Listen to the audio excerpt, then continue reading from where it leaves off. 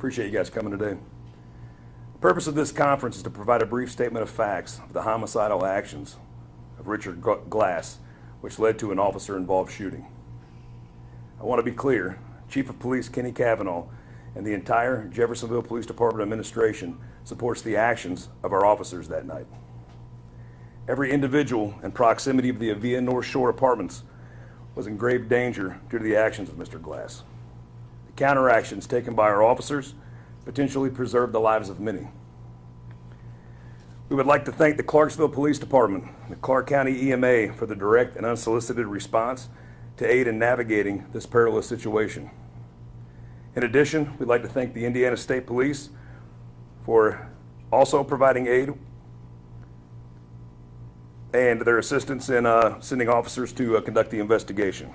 The Clark County Sheriff's Office for covering our calls for service on our streets as this unfolded. The Jeffersonville Fire Department and the New Chapel EMS for their professional response, all while putting themselves in danger. The Clark County Central Dispatch and the call takers for their ability to navigate the stress and efficiently take and relay information to our officers. This is imperative to our mission to providing a blanket of security to the public. Regularly, these individuals do not receive the credit they deserve, and we are grateful. On Tuesday, August 15th at approximately 7:13 p.m., the Jeffersonville Police Department responded to a call for service regarding a burglary at the Avia North Shore's apartment located at 703 North Shore Drive, apartment A212. Officers made contact with Richard Glass, who advised an unknown person broke into his apartment and committed theft. While on scene, an officer observed numerous firearms in the residence and also reported suspicious circumstances surrounding the interaction. Additional investigative steps were taken, which revealed nothing, and a burglary report was filed. Again on August 15th at approximately 9:34 p.m., officers received a call for service from a resident of the A building in the Avia North Shore apartments. It was reported the caller was approached by an unknown male who stated he was going back to prison. The caller observed the male enter apartment 212 and requested a welfare check. At approximately 9:41 p.m., Richard Glass called 911 and reported a neighbor was hacking his phone. Glass advised he had a firearm and requested the police because he did not want to use the firearm on the neighbor. Between 9:41 and 9:55 p.m., officers responded and attempted contact. They were only able to speak with Glass through the door, and he communicated that he did not believe officers on scene were the police. As the incident progressed, so did the aggression of Mr. Glass. In addition to this, EMS was staged in the area and a separate radio channel was obtained. At 10:04 p.m., Glass stated to dispatch that someone was going to get shot. He acknowledged the attempted contact in the hallway. At 10:13 p.m., a decision was made to pull away from the door in an attempt to de-escalate the situation and to potentially establish communication between Glass and the officers via telephone. At approximately 10:40 p.m., a 20-year veteran lieutenant was able to make contact with an estranged, out-of-town family member, as well as the law enforcement agency in the jurisdiction in which Glass used to live. It was learned Mr. Glass was a combat veteran and suffered from a chemical dependency. At 10:57 p.m., Glass communicated with Central Dispatch in an extremely agitated state. Due to his state, dispatch was forced to replay the call and confirmed that Glass made reference to a white male with a rifle and to come and get it, we ready to kill people. He refused to answer questions from the call taker. At 11:10, a neighbor called and reported hearing 2 shots fired. At 11:14, officers moved to a position where they could see Mr. Glass through the window of his apartment, which placed him in an elevated level where he maintained a tactical advantage. Glass was armed and was pointing the firearm at his temple. At 11:17, fire and EMS were staged on scene. At 11:26, Glass was seen walking around his apartment with a long gun and a pistol. At 11:29, officers advised Mr. Glass was shooting out the window towards them. Chief Cavanaugh requested the regional SWAT team be notified and to put them on standby. The Jeffersonville Police SWAT team operators and members of the JPD Quick Response Team had already begun arriving on scene, and the Crisis Intervention Team were contacted. As JPD SWAT operators arrived, they began to deploy. This included an observation and precision rifle team. Due to the elevated location of Mr. Glass inside of his apartment, they were unable to enter an adjacent apartment building. They were able to enter an adjacent apartment building through the rear window, which allowed access to the common area of that building. Contact was made with the tenant on the second floor of Building B. Cooperation and access to their residence was obtained. At 11:34 p.m., another round was fired from the window by Mr. Glass, with another at 11:37. At 11:44, Mr. Glass communicated that there was a man accidentally killed in the hallway, and this was later proven to be false. The call taker also observed a loud commotion in the background, and it sounded as though things were being broken. This call was disconnected at 11:45 p.m., and attempts to reestablish the communication were unsuccessful.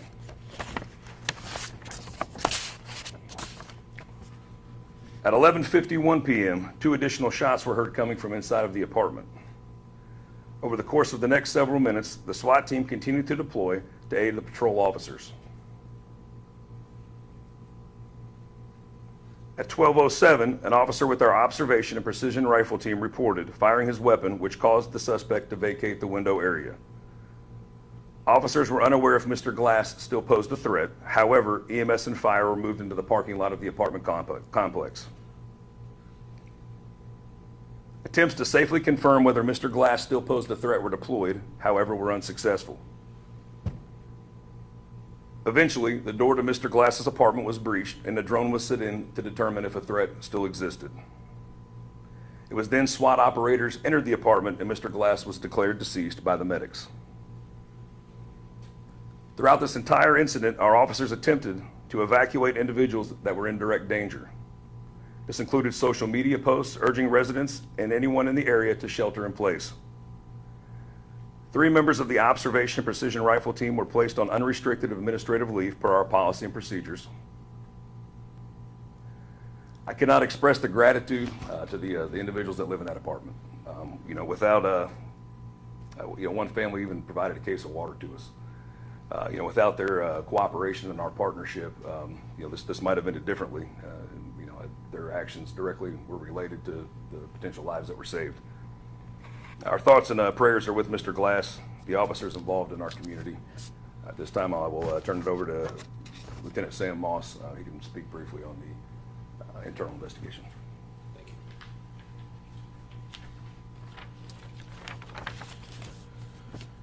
Good morning. I'm Lieutenant Samuel Moss, assigned as an internal investigator with the Jeffersonville Police Department.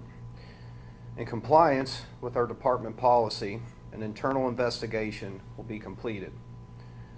The goal of this type of investigation is to thoroughly review all facts of the case and to ensure our officers' actions conform with our policy. Indiana State Police will conduct a criminal investigation with unremitting efforts to provide a fair and thorough report. As the internal investigator, I will be privy to review all of ISP's reports of evidence, interviews, and forensic examinations. I can then utilize these reports, coupled with my own impartial investigation, and objectively compare these findings with our department policies. The fact that an internal investigation will occur is standard practice in accordance with our department policy for any officer-involved shooting. An internal investigation in no way should imply any negative connotation or preconceived notion. The purpose of internal investigations is to preserve the integrity in our work and trust in our community in order to maintain the public's confidence in our abilities. We ask for patience in these investigations as they do take time to complete thoroughly and accurately. Our internal investigation cannot be completed until the culmination of Indiana State Police's investigation. Thank you for your time this morning. I will now turn it back over to Major Parker.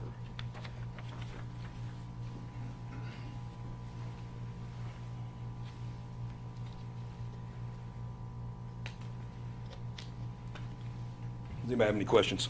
Can you talk about the fact that he was a combat veteran and how this was a tragic situation, but it could have been a lot worse, perhaps? I think anytime that you have a situation remotely close to this, combat veteran or not, it's tragic. And regarding Mr. Glass specifically, this investigation is still ongoing. We haven't had Indiana State Police is conducting the criminal side. We're conducting the internal side, and it's in its infant stages still. So I wouldn't feel comfortable commenting on anything additional. You mentioned how that your officers reached out to a family member just to learn more about why was that such an important factor in figuring this thing out? Mr. Glass was not from here originally. We had limited information on him in the attempt to obtain intelligence through that, which potentially could have provided, maybe some sort of aid in navigating the situation. Where was he from? Not Jefferson, was from across the bridge. From Kentucky? Yes. He mentioned going back to prison. Obviously, you can do a public record search and see that he had a pending case in Clark Circuit Court. Did he talk about that case and his fear that that was going to be what sent him back to prison? Or? Again, there's certain specifics that I can't comment on. There's certain that I don't know yet because it is so infant, and we're not conducting that main investigation. Do we know if he was shot by a regional SWAT team member? I don't know if that's what ISP had said. Are you guys able to provide clarity on that? The regional SWAT team did not respond. They were not activated. It was the Jeffersonville Police Department SWAT team. They were called and placed on standby. I had heard that as well and saw that there was confusion. It was the Jeffersonville Police Department quick response team, the SWAT team, and the crisis intervention team. There have been a lot of traumatic things over the past multiple months that you all have responded to. How are you all holding up? We are a tight-knit agency. We're well trained, and it has been tough. Let's be honest. Policing tough is not just tough here in Jeffersonville. It's tough across the country. And as long as everyone sticks together and we do the right thing, we'll be okay. And it sounds like Mr. Glass and neighbors, they had a lot of contact with our emergency dispatchers. Have you spoken with them to see how they're doing? I have not personally. I can tell you that they were phenomenal. That's a good group of individuals up there that are the offensive linemen, if you will, of these situations. They're the unsung heroes, are the ones that don't get credit, and they're imperative. We have to have them. They're vital to what we do. Just to be clear, that he was shot by an officer and didn't die by suicide? Again, all I can do is report what we did. What I did, and that was that an officer reported that a single shot was fired, and that he vacated the window area. An autopsy will be performed, and again, that's all going to be part of the Indiana State Police investigation. So it's unclear at this time if he shot himself at all? I can say specifically that it was reported by a member of our observation and precision rifle team that a shot was fired and that he vacated the window, and I believe there was movement after that.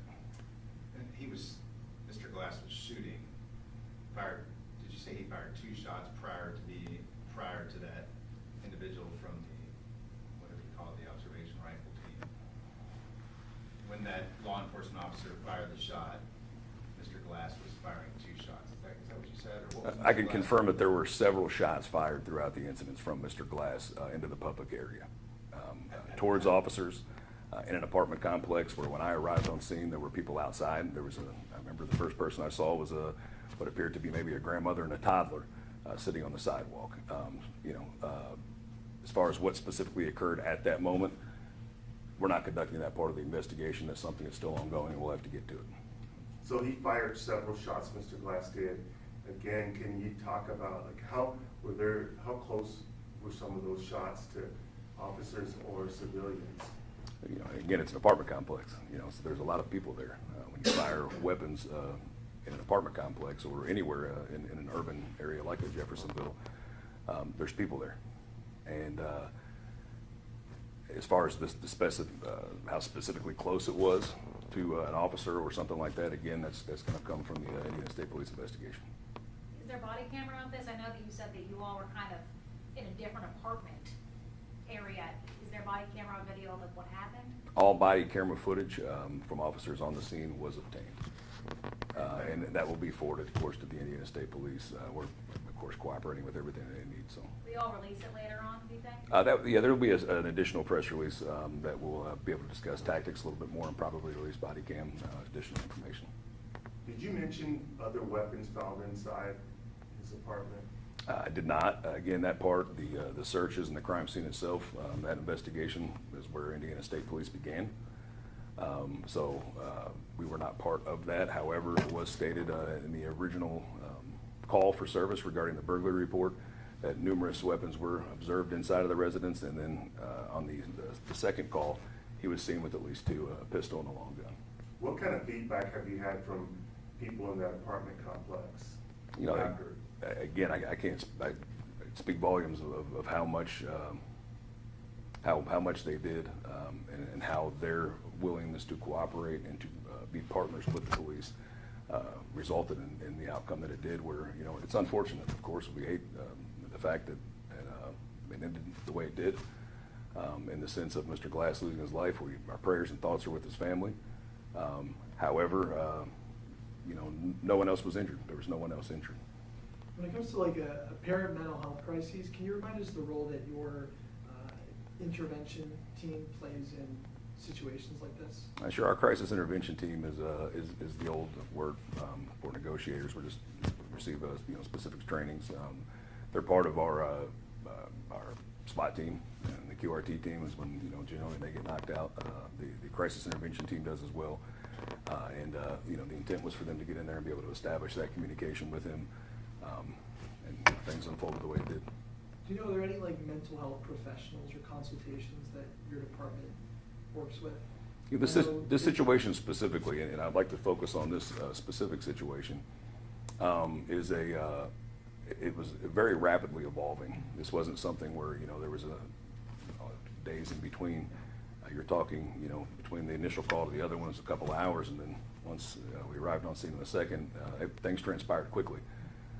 You know, this wasn't a long-term type thing. You know, we spoke to the family out of town. We were able to, you know, at one point try to back away to de-escalate, and that's how it ended. So. When you say chemical dependency, is that a dependency on a certain drug? Is that what you're referring to? I'm referring to a chemical dependency. Again, this is information I received. Is there another way putting to out. put that? You can't tell us what the drug was that he was addicted to? Not at this time, no, I won't. Can you tell us what gun he was using to discharge? You said that Mr. Glass fired a couple shots. Could you also tell us what gun that was? That's something that would come from the Indiana State Police in their investigation. And secondly, with this being a unique situation, you're in an apartment complex, there's multiple lives at stake, to put it bluntly. Does this make it a unique situation for your department? And, you know, is this something that you all deal with or train for? Does it make it harder that he was kind of tactical in the way that he was able to be up the stairs? Or what kind of situation does that put your all's guys in? Is it like a, you know, are you all used to this kind of thing, or is it unique? Specifically referring to the tactics that were employed. That's something that would come out in a later press conference as far as the tactics go. As we obtain more information, we'll be able to provide probably a little bit more back to the media. And I would say that will happen in the near future. So. Is there a timeline for the body cam release? Excuse me? Is there a timeline for the body cam release? When we're able to, when we're ready to. I also heard from neighbors that he was throwing things out the window as well while he was shooting his firearm out the window. That's something that your officers saw as well, because he was throwing things out the window and also shooting as part of, I guess we can say, the type of mental breakdown. You know, his behavior was erratic the entire time. It's not specific to just throwing things, and it was erratic from that almost that entire second instance. And again, the aggression increased rapidly. I did hear that there was something maybe thrown from the window. Again, that's not part of the investigation. We haven't obtained any information to confirm that yet. So. And the team was de-escalating the situation. They were backing out of the hallway. Is that something where they left the building completely and went outside, or just moved further down the hallway as they kind of waited to see things? That specific location, again, is something that would come from the tactical side of that conference. So. Sorry that I misunderstood this, but did you say that he filed a burglary report or that officers responded to a separate burglary report and went to his apartment? No, he was the one that filed the original He burglary filed report. the original. Yes, and we responded there, and that's where the original contact was made. if You it said wasn't clear. 3 officers were put on leave There were 3 total officers that were placed on administrative leave, yes. from JVD? Unrestricted, yes.